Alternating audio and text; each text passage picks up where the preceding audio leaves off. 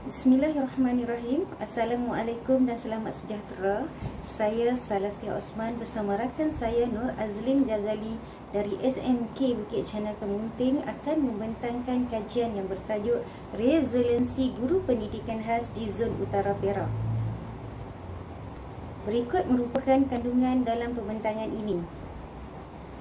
Sebagai pengenalan, usaha KPM dalam PPPPM 2013 hingga 2025 mentransformasikan profesion keguruan amatlah bertepatan dengan peranan signifikan guru sebagai golongan barisan hadapan untuk mendukung aspirasi pendidikan negara supaya mencapai pendidikan bertaraf antarabangsa.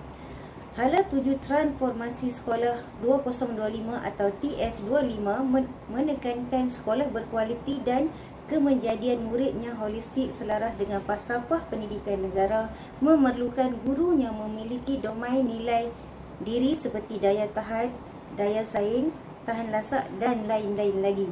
Daya tahan juga dikenali sebagai resiliensi adalah elemen yang penting harus dimiliki oleh guru sebagai persediaan menghadapi cabaran untuk menyesuaikan diri sebagai seorang pendidik.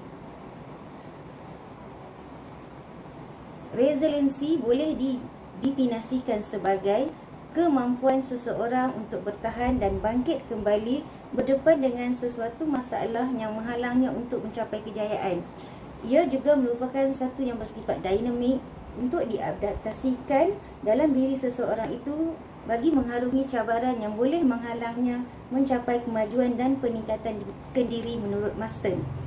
Manakala resiliensi guru pula bermaksud kualiti guru untuk mengekalkan keseimbangan komitmen kerjaya terhadap amalan pengajaran dan pembelajaran dalam keadaan mencabar dan rintangan yang berulang dengan prestasi terbaik dalam jangka masa yang panjang. Ia juga merupakan kawalan emosi dan keupayaan penyesuaian diri terhadap pelbagai situasi serta meningkatkan kemahiran menghadapi kesukaran di sekolah. Dalam kajian literatur, menjelang abad ke-21, bidang psikologi mula memberi perhatian terhadap nilai positif iaitu modal psikologi yang mengandungi dimensi resiliensi. Billingsley 204 dan Green 2011 mencadangkan keperluan kajian dijalankan secara terperinci dan mendalam berkaitan guru pendidikan khas yang didapati tidak mampu bertahan memegang jawatan tersebut hingga bertukar bidang. Kajian tersebut hendaklah melihat kepada hubungan kepuasan kerja yang dipengaruhi oleh faktor gender dan pengalaman. Kekurangan guru pendidikan berpengalaman di luar negara meningkat kepada 5.5% setiap tahun menurut Downing 2017. Sebaliknya, guru pendidikan khas di Malaysia, Ramesh menyatakan mereka kekal bertahan dalam bidang tersebut. Melalui kajian lalu, terdapat 4 faktor yang telah dikenal pasti merupakan isu-isu yang membawa kepada permasalahan kajian yang menyebabkan tekanan kepada guru pendidikan sehingga mempengaruhi tahap perkembangan atau proses resiliensi guru pendidikan itu. Yang pertama adalah berkaitan komunikasi. Masalah komunikasi guru pendidikan khas berlaku apabila terjadinya konflik di antara guru dengan rakan sekerja atau pentadbir, arahan pihak atasan dan berhadapan dengan kerana ibu bapa berpunca daripada tidak mendapat persetujuan atau persefahaman bersama sehingga menyebabkan rasa tidak puas hati di antara satu sama lain. Isu yang kedua berkaitan emosi dan kesihatan. Tekanan dan masalah kesihatan yang berlarutan akan menjejaskan fungsi dan mental biologi guru berkenaan. Guru yang menghadapi tekanan merasa tidak seronok untuk hadir bertugas di sekolah dan tidak mampu mengoptimalkan komitmen mereka ketika bekerja. Isu yang seterusnya merupakan beban tugas yang sedia ada semakin bertambah kerana guru memerlukan usaha berganda untuk mengajar murid yang terdiri daripada pelbagai ketidakupayaan yang dihadkan oleh tingkah laku yang mencabar serta kemampuan yang terhad. Isu berikutnya ialah statistik. Enrolment murid semakin bertambah, meningkat secara mendadak setiap tahun sedangkan jumlah guru bilangan kelas tidak pula bertambah mengakibatkan nisbah guru kelas murid tidak seimbang dengan kepadatan murid di dalam satu kelas melebihi daripada 7 hingga 8 orang. Teori ini digunakan di dalam kajian ini mengandungi 4 aspek, iaitu yang pertama sokongan organisasi pentadbiran, yang kedua sokongan kesedaran kendiri, yang ketiga adaptasi penerimaan kerja, yang keempat adaptasi interaksi kerja. Kesemua ini terkandung di dalam teori ketahanan kejayaan Ridgewood pada 2002.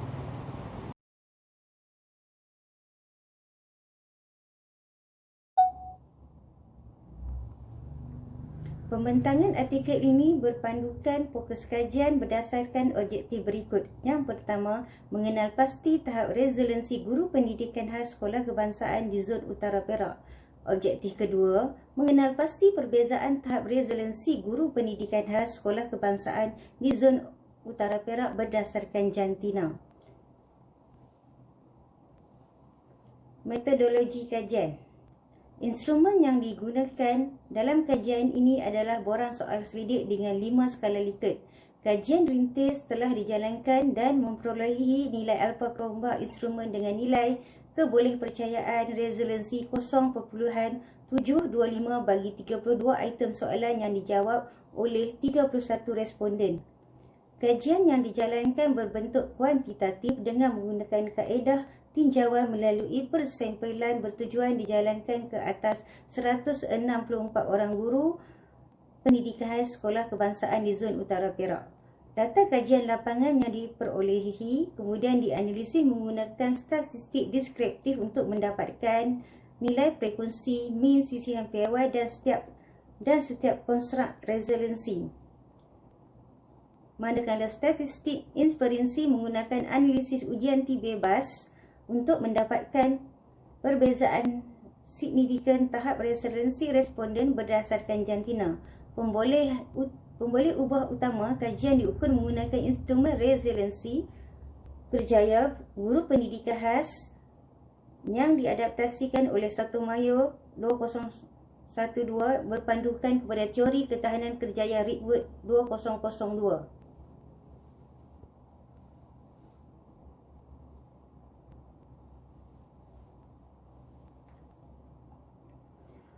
Dapatan kajian. Dapatan kajian 4 aspek konstruk resiliensi adalah seperti berikut. Sokongan organisasi pentadbir pada tahap interpretasi tinggi dengan nilai min 3.97.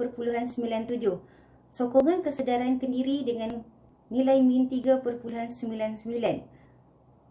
Adaptasi penerimaan kerja dengan interpretasi paling tinggi dengan skor min tertinggi 4.13. Manakala adaptasi penerima interaksi kerja pula menunjukkan interpretasi tinggi dengan nilai min 3.97. Secara keseluruhan, konstruk min adalah 399 yang membawa maksud min berada dalam keadaan tinggi pada tahap resiliensi setiapnya berikut.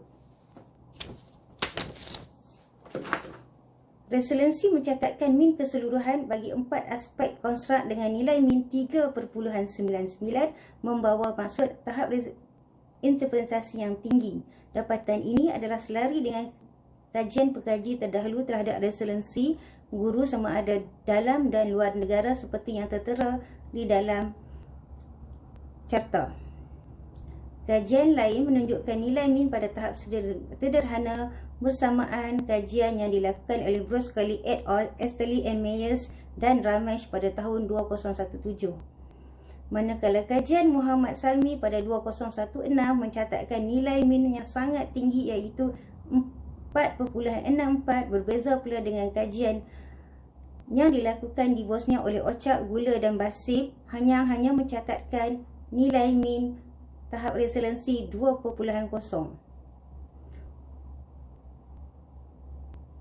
Dapatan hasil analisis deskriptif ini menunjukkan bahawa guru pendidikan sekolah kebangsaan mempunyai tahap resiliensi yang baik dan dapat menyesuaikan diri dalam walaupun menghadapi kesukaran ketika menjalankan tugas sebagai seorang guru. Berikut adalah dapatan dan perbincangan objektif kedua iaitu perbezaan tahap resiliensi guru pendidikan sekolah kebangsaan berdasarkan jantina. Keputusan ujian T-Bezah menunjukkan tidak terdapat perbezaan yang signifikan antara guru lelaki dengan guru perempuan berdasarkan tahap resiliensi mereka dengan nilai T negatif 1.698, DF 162 signifikan 0.091 dengan P melebihi 0.005. Dapatan objektif yang kedua ini membuktikan bahawa guru lelaki dan guru perempuan mempunyai pengetahuan yang tinggi tentang tahap resiliensi masing-masing. Merujuk pada min guru lelaki iaitu 3.97 menunjukkan tahap resiliensi yang rendah sedikit berbanding dengan perempuan dengan nilai min 3.99. Dapatan ini menyokong kajian oleh beberapa pengkaji terdahulu ke atas guru berdasarkan lokasi kajian masing-masing yang dilakukan oleh Broskali, Demir Polat Iskandar dan Muhammad Salmi pada tahun 2016.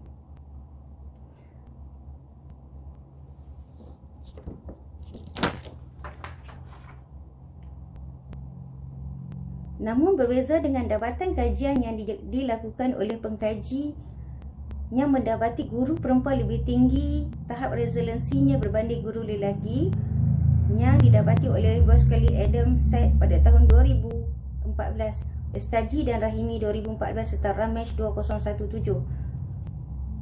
Namun, penyelidik dari Turki Yalcin pada tahun 2003 mendapati bahawa guru lelaki mempunyai tahap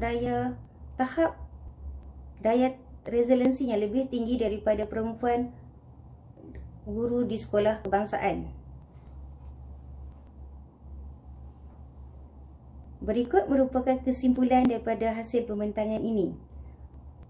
Teori kerangka resiliensi kerjaya ketahanan kerjaya Rickwood 202 didapati mengandung konstruk yang dapat dinilai untuk mengimbangi kesejahteraan hidup dan meningkatkan komitmen kerja guru. Yang kedua, guru sendiri perlu memiliki kesedaran diri dan menambah pengetahuan terhadap faktor-faktor yang boleh menyumbang kepada resiliensi yang tinggi bagi meningkatkan profesionalisme dan prestasi cemerlang di sekolah masing-masing. Yang ketiga, peranan dan sokongan pemegang taruh seperti KPM, JPN, PPD diharapkan dapat mengambil langkah inisiatif dan proaktif secara berterusan dalam merangka serta melaksanakan program-program intervensi, manakala di sekolah pula pentadbir bersama guru kaunseling boleh membantu guru untuk mengekalkan atau meningkatkan resiliensi warga sekolah. Sebagai cadangan untuk kajian akan datang, disarankan pengkaji lain mengkaji kajian dengan menggunakan pendekatan metodologi kualitatif atau gabungan kualitatif serta kuantitatif untuk mendapat pemahaman yang lebih mendalam berkenaan faktor resiliensi dan hubungannya dengan pemboleh ubah yang lain. Ia bertujuan meningkatkan aspek resiliensi serta hubungannya